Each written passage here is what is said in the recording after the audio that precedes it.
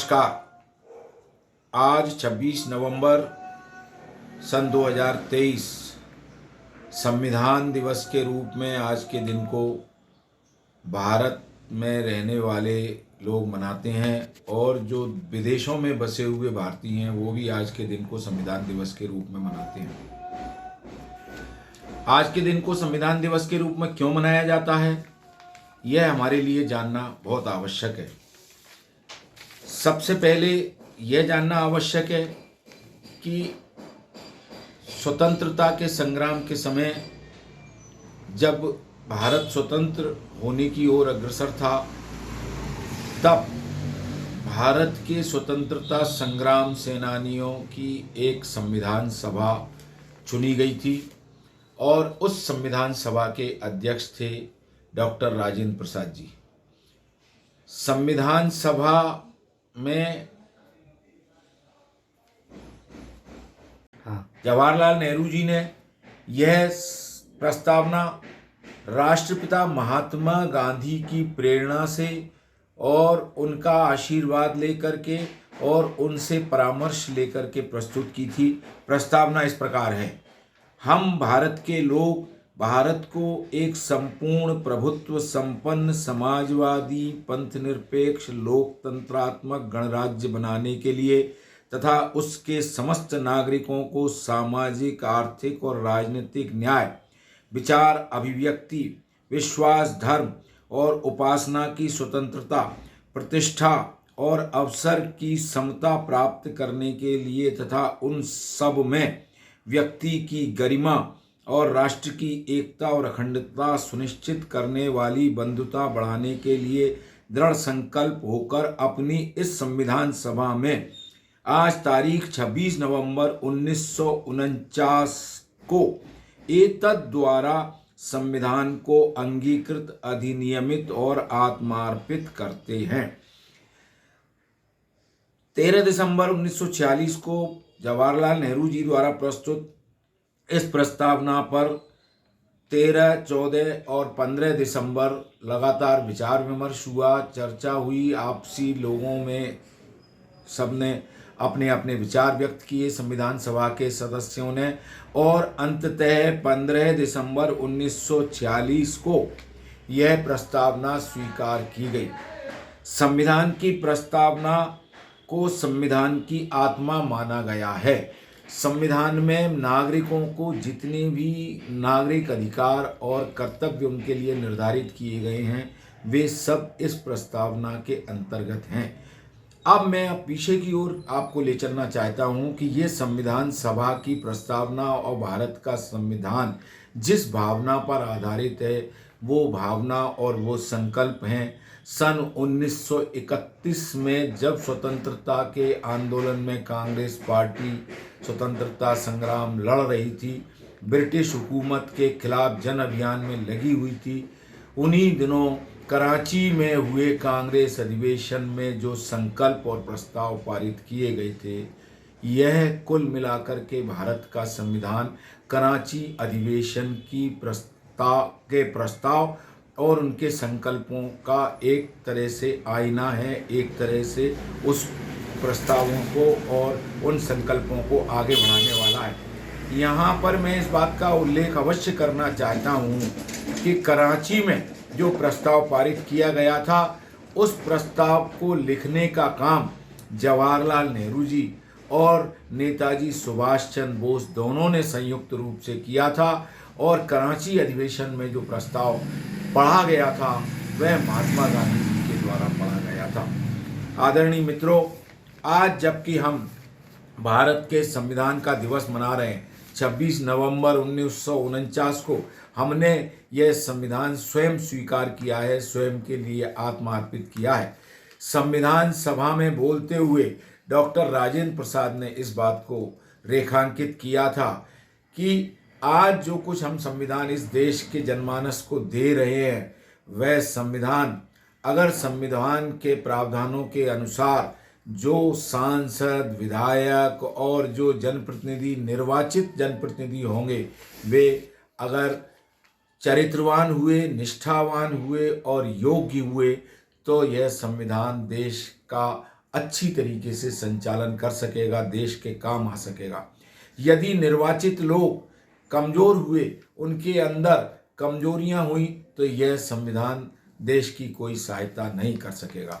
आज संविधान दिवस मनाते समय हमारे सामने क्या क्या चुनौतियां हैं, इस बात पर हमको विचार करना चाहिए।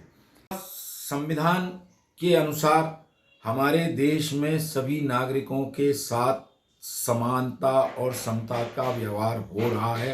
क्या संविधान की मंशा के अनुरूप देश का संचालन हो रहा है?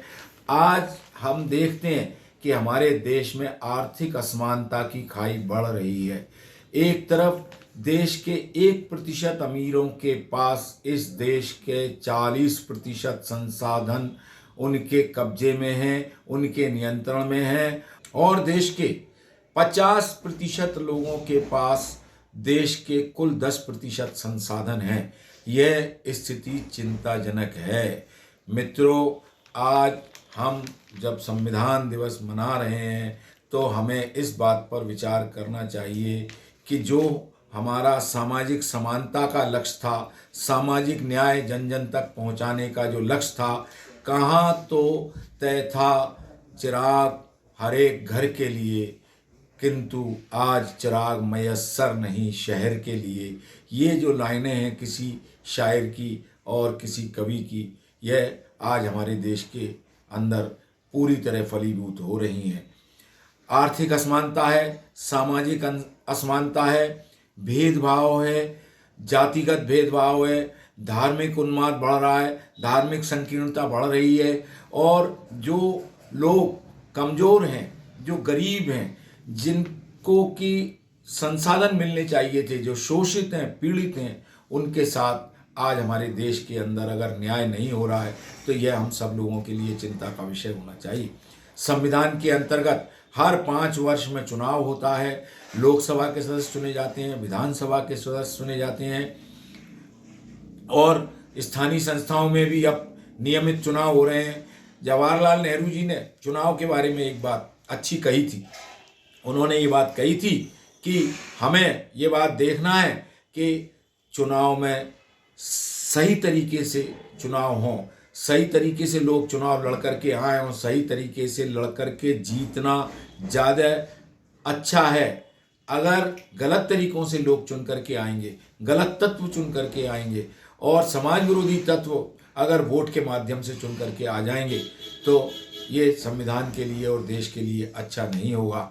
जवाहरलाल नेहरू जी ने यह भी कहा है कि जो लोग चुन कर के आए उनके ऊपर जीत का नशा हावी नहीं होना चाहिए, और जो लोग चुने ना जा सकें, पराजित हो जाएं, उनको ऐसा नहीं लगना चाहिए कि वो मुख्य धारा से कट गए हैं। उन सब को लेकर के चलना, देश की जनता के हितों के अनुसार काम करना चुने हुए जनप्रतिनिधियों की जिम्मेदारी है। और आज हमारे संविधान में इस बात का भी प्रावधान किया जाना जरूरी है कि जो जनप्रतिनिधि, चाहे वो किसी भी राजनीतिक पार्टी के चुने जाएं, किसी भी दल के चुने जाएं, 5 वर्ष के लिए चुने जाते हैं, लेकिन 2 वर्ष के उनके कार्यकाल, उनके व्यवहार और उनके तौर तरीकों के आधार पर उनके क्षेत्र के मतदाताओं से उनके बारे में राय ली जानी चाहिए, और आवश्यकता पड़े तो संविधान में ऐसा प्रावधान भी लगाया जाना चाहिए, संविधान में यह प्रावधान भी होना चाहिए कि ऐसा जनप्रतिनिधि जो चुने जाने के बाद जनता के हितों के अनुसार आचरण नहीं करता है, जिसके खिलाफ 2 वर्ष में जनता की राय आ जाती है, ऐसे जनप्रतिनिधि को वापस बुलाने का अधिकार भी देश के संविधान में शामिल किया जाना चाहिए। देश की जनता को ऐसे जनप्रतिनिधियों को वापस बुलाए जाने का अधिकार होना चाहिए। यह महात्मा गांधी भी चाहते थे, किंतु संविधान में वो प्रावधान उस समय नहीं लागू हो पाए और संविधान में वो प्रावधान शामिल नहीं हो पाए।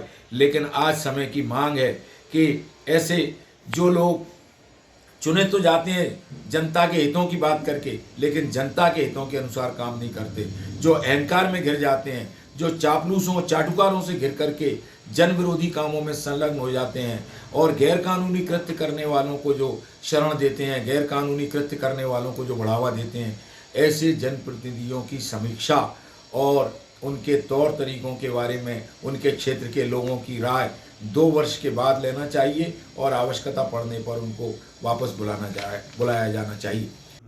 यह जो संविधान बना है, इस संविधान को बनाने में 308 जो कि संविधान सभा के सदस्य थे, स्वतंत्रता आंदोलन के तपे तपाए और स्वतंत्रता आंदोलन में जिन नेताओं का त्याग और बलिदान अभूतपूर्व है, वो सारे के सारे लोग इस संविधान सभा के सदस्य थे। 2 वर्ष 11 महीने और 18 दिन में 166 बैठकों में इस संविधान सभा के निर्माण पर चर्चा हुई है। इस संविधान को बनाने में लगभग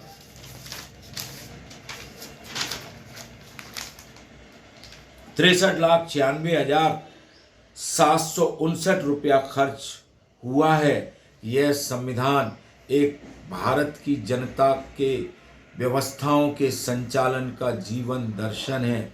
कोई किताब में लगे हुए कुछ पन्ने नहीं हैं। यह भारत की जनता के भाग्य का निर्माण करने वाला और भाग्य के निर्णय करने वाला एक महान दस्तावेज है। और इस महान दस्तावेज के अनुसार हमारे चुने हुए जनप्रतिनिधि, वो चाहे किसी भी राजनीतिक दल के हों, वो अपना योग्य और चरित्र और अपनी निष्ठा के अनुसार अपना आचरण व्यवहार करें। आज के इस संविधान दिवस पर संविधान के अनुसार चलने का संकल्प लें। यही आज के समय का संकल्प लेने का दिन है। आज संविधान दिवस के अवसर पर मैं उन सब लोगों को, देशवासियों को, करोड़ों लोगों को बधाई देता हूं और भविष्य के लिए शुभकामनाएं प्रेषित करता हूं।